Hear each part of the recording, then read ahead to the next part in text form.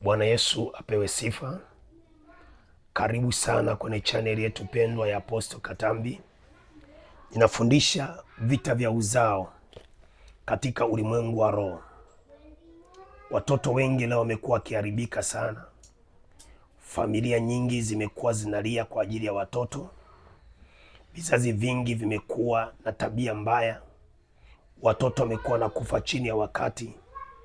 Nataka nikwambie siri kubwa inaanza kwenye uzao, kwenye miungu inayo katika uzao. Watu wamekuwa walevi, lakini siri kubwa ni kwenye hiyo miungu ya huo ukoo. Mambo mengi yanaanza katika huo ukoo ulikozaliwa, na kama unabisha, angalia mazingira ulikozaliwa. Kuna roho za kuachika, roho za kuachana, roho za ulevi, roho za nini.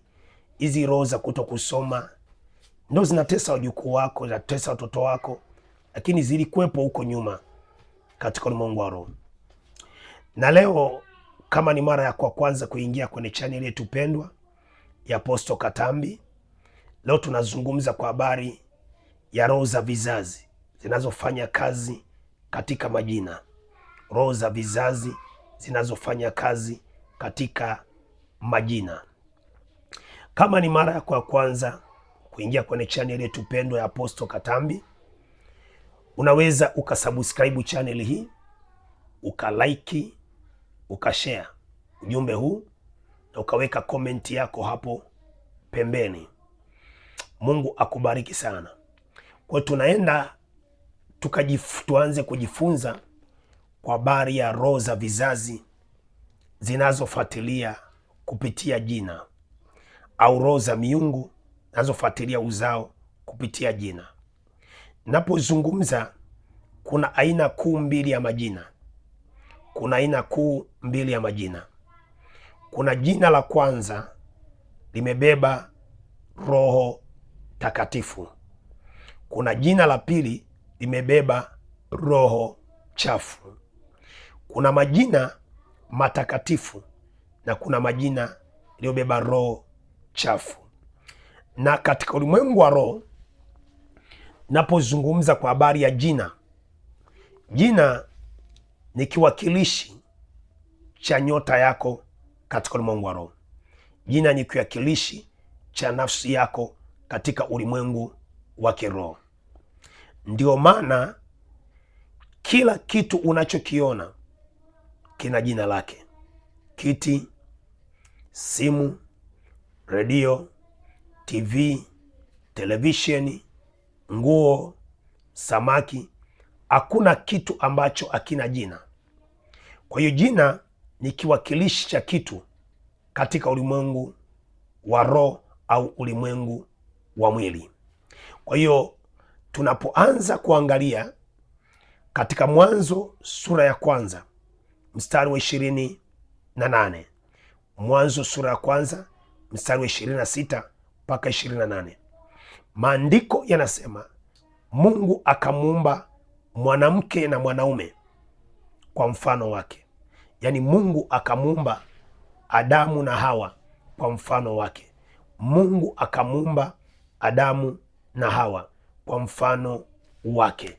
Mungu akamuumba Adamu na Hawa kwa mfano wake.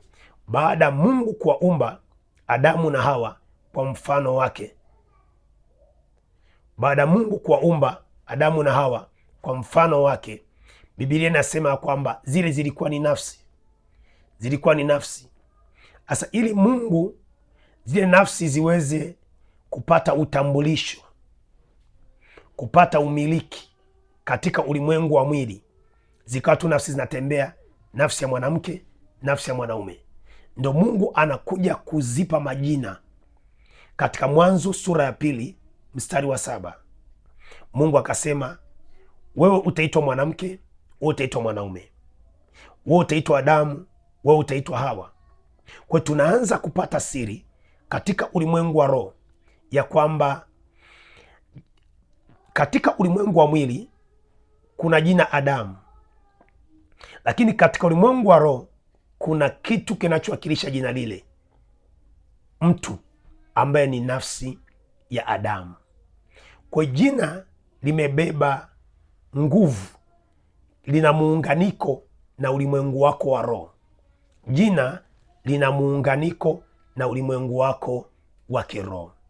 Kwa linapoitwa jina kwenye ukoo, huwa linabeba nguvu ya ukoo, na ndio maana kuna majina ambayo yamebeba nguvu ya ukoo wenu.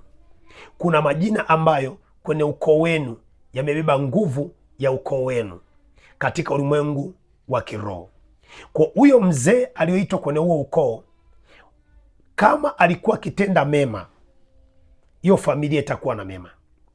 Kama alikuwa akitenda mabaya, huyo mtu aliyopewa hilo jina anabeba mabaya yote ya yule mtu. Na ndio maana fuatilia, katika vizazi vingi leo huwa wanaita jina la ukoo. Vizazi vingi huwa wanaita jina la ukoo. Unaweza ukamwita binti umemzaa vizuri, ukampa jina la ukoo, ukampa jina la mama au babu. Unaona yule mtoto tabia zote zinaendana na huyo uliyempa jina. Kwa nini? Jina lina nguvu ya kiwakilishi, ni kiwakilishi cha ulimwengu wa roho. Asa leo nafundisha roho za ukoo zinapofanya kazi katika majina, katika ulimwengu wa kiroho. Tunaona ya kwamba wengi hawajajua siri hii, lakini ukiangalia Mwanzo sura ya kwanza mstari wa 12, Mwanzo sura ya 12, Mungu anamwita Ibrahim. Mungu anamwita Ibrahim. Kipindi hicho alikuwa aitwi Ibrahim, alikuwa anaitwa Abraham. Mungu anamwita Ibrahim, kipindi hicho alikuwa aitwi Ibrahim, alikuwa anaitwa Abraham. Mungu katika ahadi ya kwanza, Mungu anamwambia kwamba nitalibadilisha jina lako, nitalibadilisha jina lako. Ni kwa nini? Anamwambia nitakupa uzao, utakuwa na uzao mkubwa, uzao mwingi, utakuwa na kizazi, utakuwa na mataifa kupitia uzao wako. Mungu anasema kwa habari ya uzao, alafu Mungu anasema kwa Ibrahimu kwa habari ya kumbadilisha jina katika ulimwengu wa roho. Na wengi hawajajua siri hii, kwamba kuna mahusiano kati ya jina na uzao wa kwenu katika ulimwengu wa roho. Zile roho za mababu au mabibi zikitaka kufanya vita na maisha yako, zikitaka kufanya vita na uchumi wako, huwa zinatumia jina. Na ndio maana wachawi wengi wanapotaka kuroga wanauliza jina lake la babu ni nani, majina yake ya baba mama ni nani. Hawawezi kuroga bila kwenda kuuliza kwenye majina ya kwenu. Maana yake kule ndiko kuna connection, muunganiko kati yako na hizo roho katika ulimwengu wa roho. Kwa kuna vita unapita kwa sababu ya jina la ukoo wenu katika ulimwengu wa kiroho. Kwa Mungu anamwambia Ibrahimu kwamba nitakufanya kuwa taifa kubwa na utatawala mataifa mengi, utamiliki wengi. Lakini cha kwanza, Mungu kabla hajamfanya Ibrahimu aweze kuwa taifa kubwa, Mungu anambadilishia jina. Mungu anambadilishia jina. Kabla Mungu hajampa Ibrahimu mtoto, Mungu anambadilishia jina. Kumbuka mwanzo Ibrahimu alikuwa aitwi Ibrahimu na Sarai alikuwa aitwi Sara. Mungu akawabadilishia majina, akawambia kuanzia tarehe ya leo hautaitwa Sarai bali utaitwa Sara. Hautaitwa Ibrahim, hautaitwa Abraham, utaitwa Ibrahim.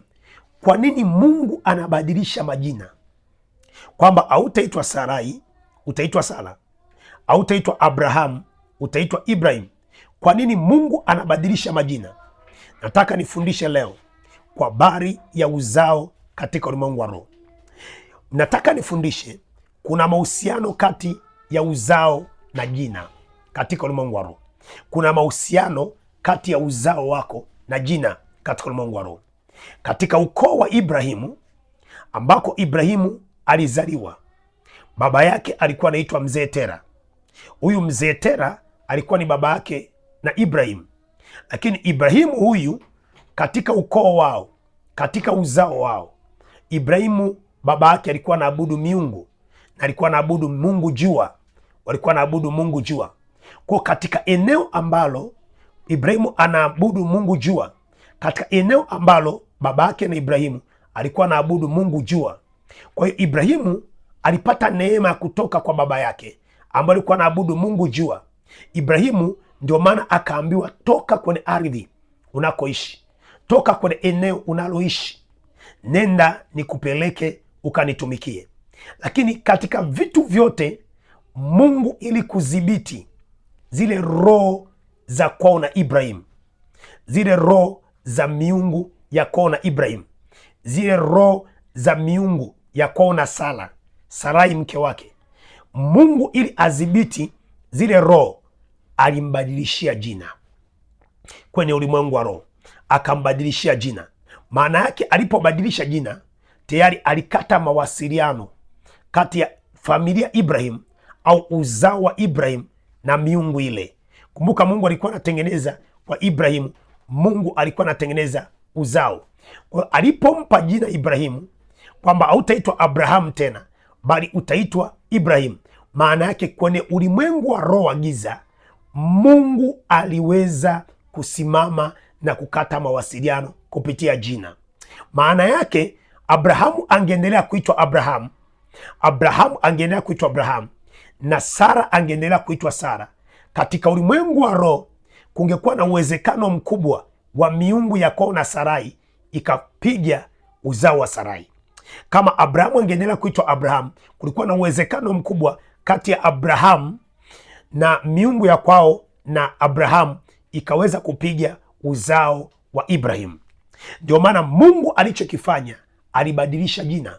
Kwa nini? Mungu alijua kwamba kuna roho za ukoo huwa zinafuatilia kupitia majina, kuna roho za vizazi huwa zinafuatilia kupitia majina katika ulimwengu wa roho.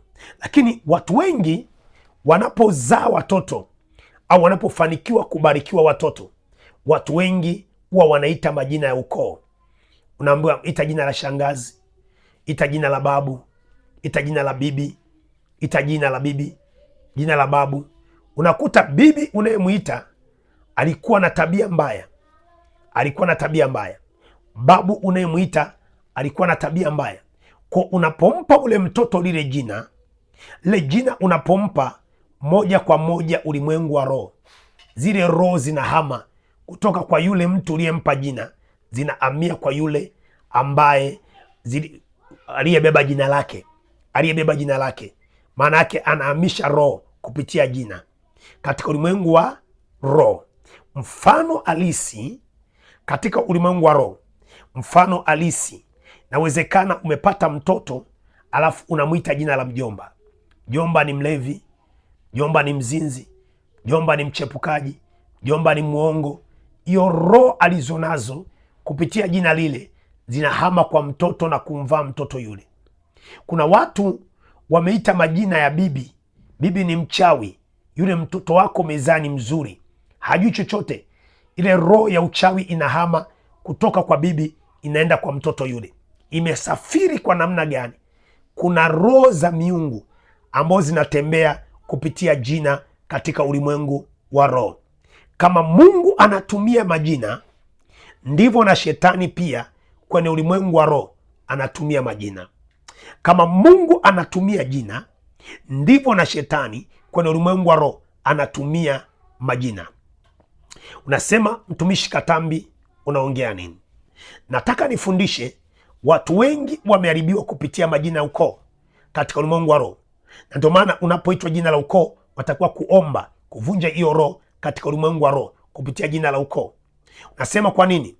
Angalia kanuni Mungu aliyotumia kumwita Ibrahim na kumbadilishia majina, alafu anza kuangalia kanuni ambazo alitumia Bwana Yesu. Baada ya Bwana Yesu kuja duniani, Yesu akawapata wanafunzi wake 12. Yesu aliwabadilishia majina. Wengine walikuwa wanaitwa kina Simoni, akawaambia utaitwa Petro. Akaanza kubadilisha majina ya wale wanafunzi 12. Wengine akawabadilisha, akawaambia utaitwa nani? Utaitwa Matayo, utaitwa Andrea, utaitwa Filipo. Kwa nini Yesu asiwachukue vile walivyo na majina yao vile vile yalivyo, yaweze kutumika kwenye ufalme wa Mungu. Maana yake Yesu alikuwa anajua siri hii ya kwamba jina linaweza kubeba roho katika ulimwengu wa roho. Jina linaweza kubeba nguvu ya uharibifu katika ulimwengu wa roho. Kwa hiyo katika ulimwengu wa roho wa giza, miungu mingi inatumia majina. Miungu ya ukoo inatumia majina. Miungu inatumia majina kutafuta kizazi wa ukoo wenu, kutafuta watoto wa ukoo wenu. Ndio maana kwa Wasukuma wanasema mwana Mbati, mwana Mbati, mwana Joni, mwana Juma, mwana nani, mwana. Kwa hiyo katika ulimwengu wa roho kuna nguvu ya miungu ambayo inafanya kazi kupitia majina katika ulimwengu wa roho. Kwa unapotaka kuleta mabadiliko hasa kwenye maisha yako, unaweza ukaona simama unaomba, unasimama unafunga, unasimama unakesha, lakini hakuna matokeo. Siri kubwa, kuna vita kubwa imesimama katika majina katika ulimwengu wa kiroho. Unasema mtumishi, unaongea nini? Unasema mtumishi Katambi, unaongea nini? Jina limebeba kiwakilishi cha miungu katika ulimwengu wa roho. Jina limebeba utambulisho wa kiroho. Kitabu cha Mathayo Luka sura ile 26, Luka sura ya kwanza mstari wa 26, tunaona ya kwamba Luka sura ya kwanza mstari wa 26, tunaona Bwana Yesu alipotaka kuzaliwa, malaika alikuja akatoa taarifa, akamwambia atazaliwa mtoto, lakini jina lake ataitwa Yesu Kristo. Malaika wanaleta jina la Yesu kabla hajazaliwa. Malaika wanaleta jina la Bwana Yesu kabla hajazaliwa, na mbingu ikasimamia jambo hilo, na mbingu ikaangalia jambo hilo katika ulimwengu wa kiroho.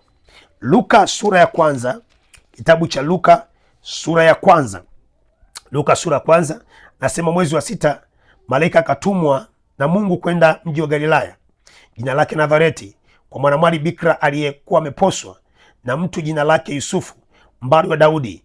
Jina la bikira huyo ni Mariamu. Akaingia nyumbani, akamwambia, salamu, umepewa neema, Bwana yu pamoja nawe, Bwana yu pamoja nawe. Naye akafadhaika sana kwa ajili ya maneno yake, akawaza moyoni mwake, salamu hii ni ya namna gani? Malaika akamwambia, usiogope Mariamu, kwa maana umepata neema kwa Mungu. Tazama, utachukua mimba, utamzaa mtoto mwanamume, jina lake utamwita Yesu.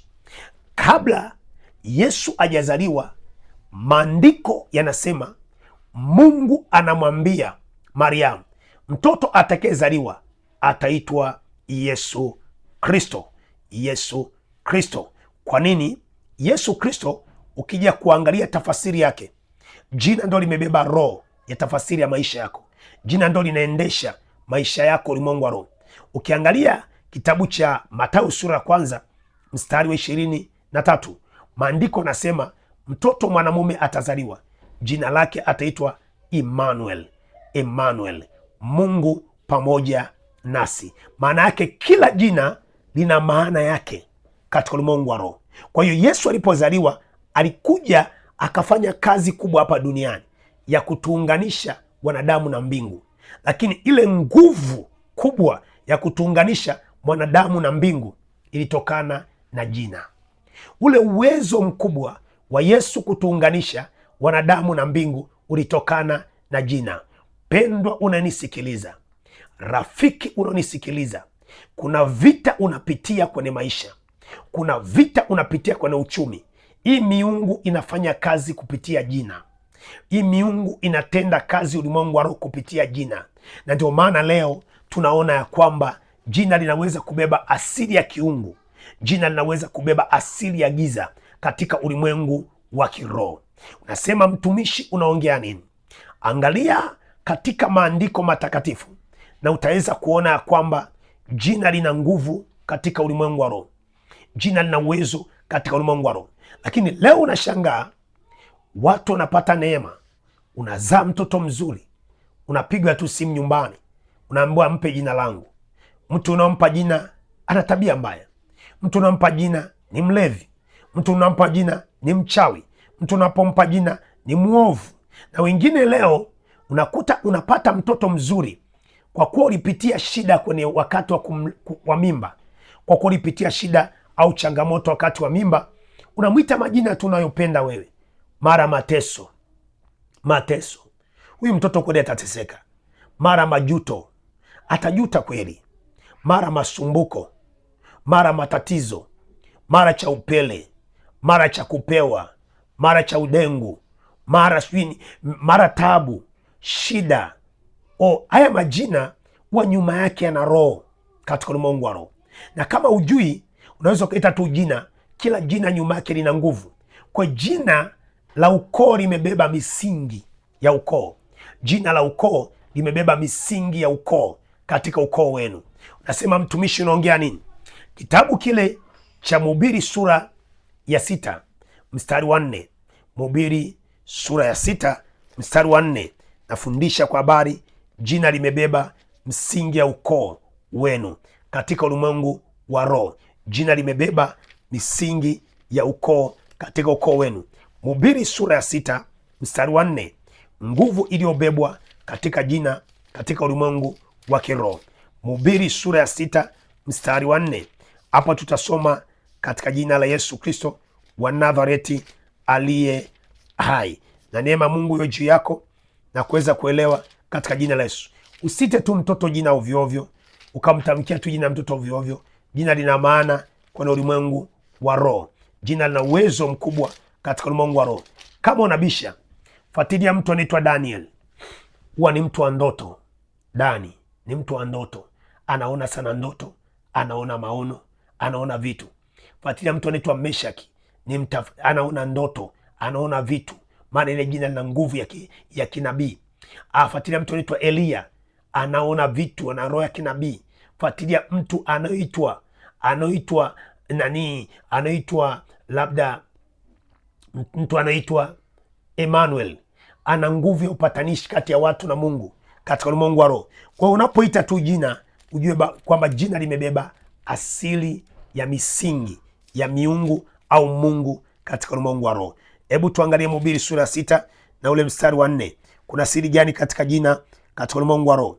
Mhubiri sura ya 6 mstari wa 4 anasema, yaani hayo huja katika ubatili na huenda gizani, nalo jina lake limefunikwa na giza. Jina linaweza kufunikwa na magonjwa. Jina linaweza kufunikwa na roho ya mauti. Jina lako linaweza kufunikwa na roho ya kukataliwa. Kwa katika ulimwengu wa roho, wanapokupa jina huwa linabeba mfuniko. Kama kuna mabaya waliotamkiwa mtu huyo, hilo jina linabeba. Kama kuna maovu waliotamka mtu huyo, hilo jina linabeba. Kama kuna uharibifu waliotamka mtu huyo, hilo jina linabeba. Kwa tuendelee kunifuatilia katika kipindi kijacho. Kwa unawezekana unateseka, unasumbuka sana, lakini chanzo ni jina lako. Unawezekana unapita kwenye vita, kumbe chanzo kwenye jina la ukoo. Nitafundisha somo lijalo namna kukata mawasiliano kupitia jina la ukoo, namna kuharibu mawasiliano ya miungu na mawasiliano ya giza na roho za mauti, roho za uharibifu kupitia jina la ukoo. Nifuatilie somo langu lijalo katika chaneli hii pendwa ya Apostle Katambi. Kama ni mara yako ya kwanza kuingia kwenye chaneli hii, unaweza ukasubscribe chaneli hii, na Mungu akubariki, akuzidishie katika jina la Yesu na kwa damu ya Yesu aliye hai.